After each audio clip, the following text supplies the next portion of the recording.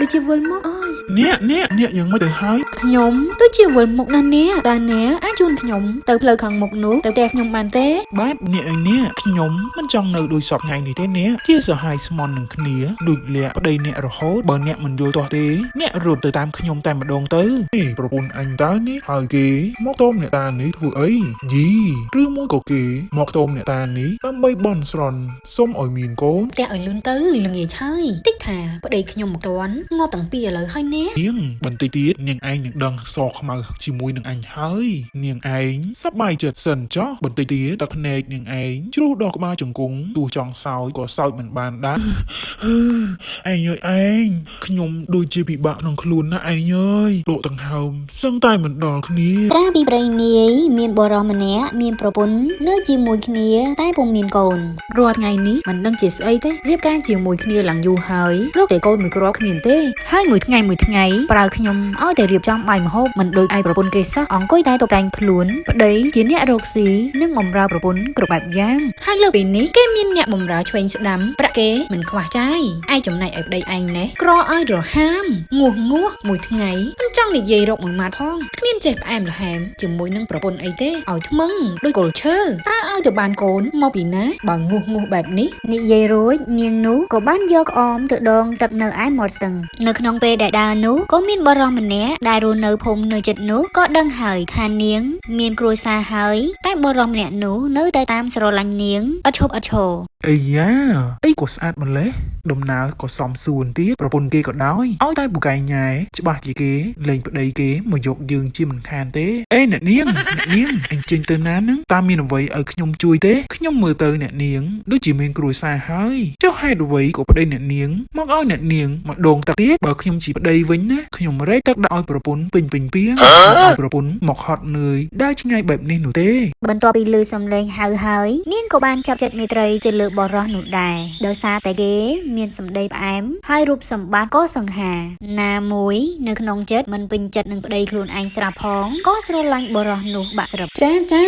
នេះខ្ញុំណែមកដងទឹកនឹងណានេះដោយសារតែប្តីខ្ញុំគាត់ដំឡងហើយនៅក្នុងផ្ទះมันមានទឹកផងខ្ញុំមកដងខ្លួនឯងទៅអូយខ្ញុំដូចជាវិលមកអូយអ្នកยังไม่ได้หายខ្ញុំដូចជាវិលមកណាស់នេះតើអ្នកអាចជូនខ្ញុំទៅផ្លូវខាងមុខនោះទៅផ្ទះខ្ញុំបានទេបាទអ្នកនាងអូយអ្នកនាងដើរឲ្យស្រួលបួនណាប្រយ័ត្នដួលបន្ទាប់ពីថ្ងៃនោះមកពួកគេមានភាពស្និទ្ធស្នាលជាមួយនឹងគ្នាហើយក៏បានណាត់ជួបគ្នាជារឿយ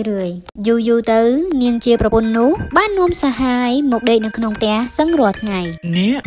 កខ្ញុំមិនចង់នៅដូចសពថ្ងៃនេះទេអ្នកជាសហាយស្មន់នឹងគ្នាដូចលាក់ប្តីអ្នករហូតបើអ្នកមិនយល់ទាស់ទេអ្នករត់ទៅតាមខ្ញុំតែម្ដងទៅទេអ្នកធ្វើបែបនេះមិនបានទេអ្នកនិយាយស្រួលណាស់ប៉ុន្តែខ្ញុំឯណេះពិបាកធ្វើវាមិនដូចការនិយាយនោះទេស្រួលឥឡូវអីចេះខ្ញុំឮថានៅក្នុងព្រៃមានខ្ទមអ្នកតាមួយស័ក្តិសិទ្ធិចាំខ្ញុំទៅបន់អ្នកតានោះឲ្យតែកោប្តីខ្ញុំឲ្យស្លាប់ពួកយើងនឹងរស់នៅជាមួយគ្នាតទៅ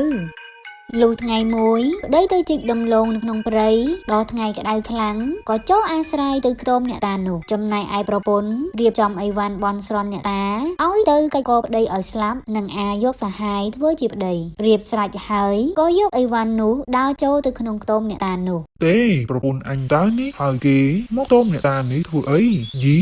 ឬមួយក៏គេមកតមអ្នកតានេះដើម្បីបន់ស្រន់សុំឲ្យមានកូនអញរកទៅស្ដាប់នៅឯក្រោយអ្នកតាសិនចាំមើលប្រពន្ធអញនិយាយអ្វីខ្លះអ្នកតាអើយអ្នកតានាងខ្ញុំមកនេះគឺសុំបន់ស្រន់អ្នកតាឲ្យជួយកៃកោប្តីខ្ញុំឲ្យស្លាប់ទៅគេរស់នៅក៏នាំតែពិបាកដែរនាងខ្ញុំឯណេះចង់បានប្តីមួយទៀតអញ្ចឹងហើយអ្នកតាជួយសម្រេចបំណងខ្ញុំផងបើបំណងប្រាថ្នានេះបានសម្រេចនាងខ្ញុំនឹងថ្វាយជ្រូកមួយជូនអ្នកតាបន្ទាប់ពីប្តីបានលឺសពគ្រប់អស់ហើយមានការផ្អាកជាខ្លាំងក៏បានឆ្លើយពីក្រៅខ្នងអ្នកតាមកថាបើនាងមានសហាយហើយបើនាងឯងចង់ឲ្យកាច់ប្តីនាងឯងឲ្យស្លាប់ចូលនាងវិលត្រឡប់ទៅផ្ទះវិញរកមន់ក្រាបទាំងមេទាំងពងមួយសម្បុកស្ងោទុកឲ្យប្តីនាងឆៃទៅវានឹងស្លាប់ហើយ លឺដូច្នោះស្មានថាអ្នកតាបង្កក៏ប្រញាប់វិលមកផ្ទះវិញទិញមេមាន់ក្រាបមួយសំបុកស្ងោទុកឲ្យប្តីឆៃដើម្បីឲ្យប្តីស្លាប់ហើយនឹងបានយកសហាយអ្នកអីអ្នកឆាប់ទៅផ្ទះឲ្យលឿនទៅល្ងាចហើយតិចថាប្តីខ្ញុំមិនទាន់ងាប់តាំងពីឥឡូវហើយអ្នក មិនអីទេអ្នកខ្ញុំទៅហើយអ្នកចាំមិនចាំជួយប្រាប់ខ្ញុំមកវិញផងបើវាស្លាប់ខ្ញុំនឹងមកម្ដងទៀតណាអ្ន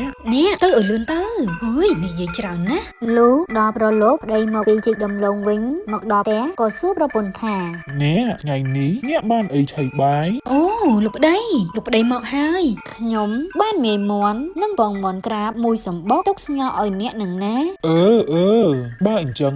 អ្នករៀបបាយរៀបទឹកឲ្យខ្ញុំឥឡូវមកខ្ញុំឃ្លានណាមកពីជីកដំឡូងអស់កម្លាំងផងបានមាន់ស្ងោបែបនេះឆ្ងាញ់ណាស់ច្បាស់ជាមានកម្លាំងហើយចាអ្នកអញ្ចឹងទៅចាំនៅឯក្រែសិនទៅចាំខ្ញុំរៀបចំជូនអ្នកប្រហែលជាឃ្លានហើយសូមអ្នកឆៃឲ្យច្រើនទៅណាបរននោះក៏បានដើរទៅចាំនៅឯក្រែខាងក្រៅនាងបន្តិចទៀតនាងឯងនឹងដឹងសខ្មៅជាមួយនឹងអញហើយនាងឯងសប្បាយចិត្តសិនចុះបន្តិចទៀតទឹកភ្នែកនាងឯងជ្រុះដល់ក្បាលជង្គង់ទោះចង់សោយក៏សោយមិនបានដែរប្រពន្ធក៏លើកបាយព្រមទាំងមេមាន់និងពងមាន់ក្រាបមកឲ្យប្តីឆៃអ្នកខ្ញុំខំធ្វើប្រញាប់ប្រញាល់ណាអ្នកដើម្បីយកមកឲ្យអ្នកនឹងណាមាន់ស្ងោនេះសូមអ្នកឆៃវាឲ្យអស់ទៅមិនចាំបាយទុកឲ្យខ្ញុំទេណាអ្នកបាទអរគុណច្រើនហើយណាអ្ន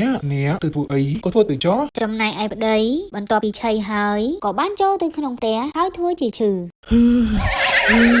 ឯងខ្ញុំដូចជាពិបាកក្នុងខ្លួនណាឯងអើយលោកដង្ហើមសឹងតែមិនដល់គ្នាឯងអើយជួយខ្ញុំផងឯងនាងនោះបន្ទាប់ពីឃើញប្តីដេកឈឺហើយធ្ងោហឺនាងគិតស្មានថាប្តីឈឺមែនត្រូវនឹងពាក្យអ្នកតាបង្គាប់ហើយឯប្តីក៏ធ្វើជាដេកទៅចំណែកឯនាងនោះគិតស្មានថាប្តីស្លាប់ក៏ទៅបើកទ្វារនាំយកសហាយចូលទៅដេកជាមួយអ្នកហាប់ដើរឲ្យលឿនមកប្តីខ្ញុំវាដាច់ខ្យល់ស្លាប់ហើយអ្នកតាពិតជាស័ក្តិសិទ្ធិណាស់បនភ្លាមកាច់ភ្លាមពិតមែនទេអ្នកយីអីក៏ស័ក្តិសិទ្ធិម្លេះតិចប្តីអ្នកមិនស្លាប់ខ្ញុំច្បាស់ជាស្លាប់ហើយ